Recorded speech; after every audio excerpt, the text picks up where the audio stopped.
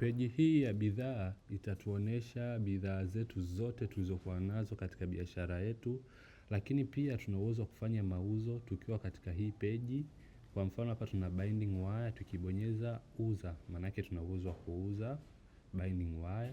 Lakini pia tunaongeza akiba, kama tunataka kuongeza akiba ya hii binding wire, kwa tutaangalia hapa kuna machaguo mbalimbali, labda tutaongeza akiba, marekebisho, au kuna bidhaa yote ambayo imeharibika. Kwa mfano kama tunaongeza akiba, itatuambia tunaongeza kilogramu ngapi.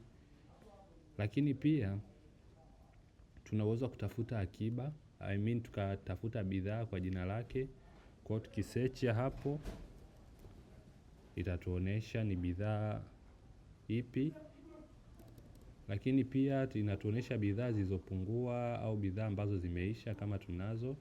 Hapa juu inatuonesha bidhaa zilizopungua ziko 2, bidhaa ambazo zimeisha hakuna, lakini bidhaa zote ziko 9.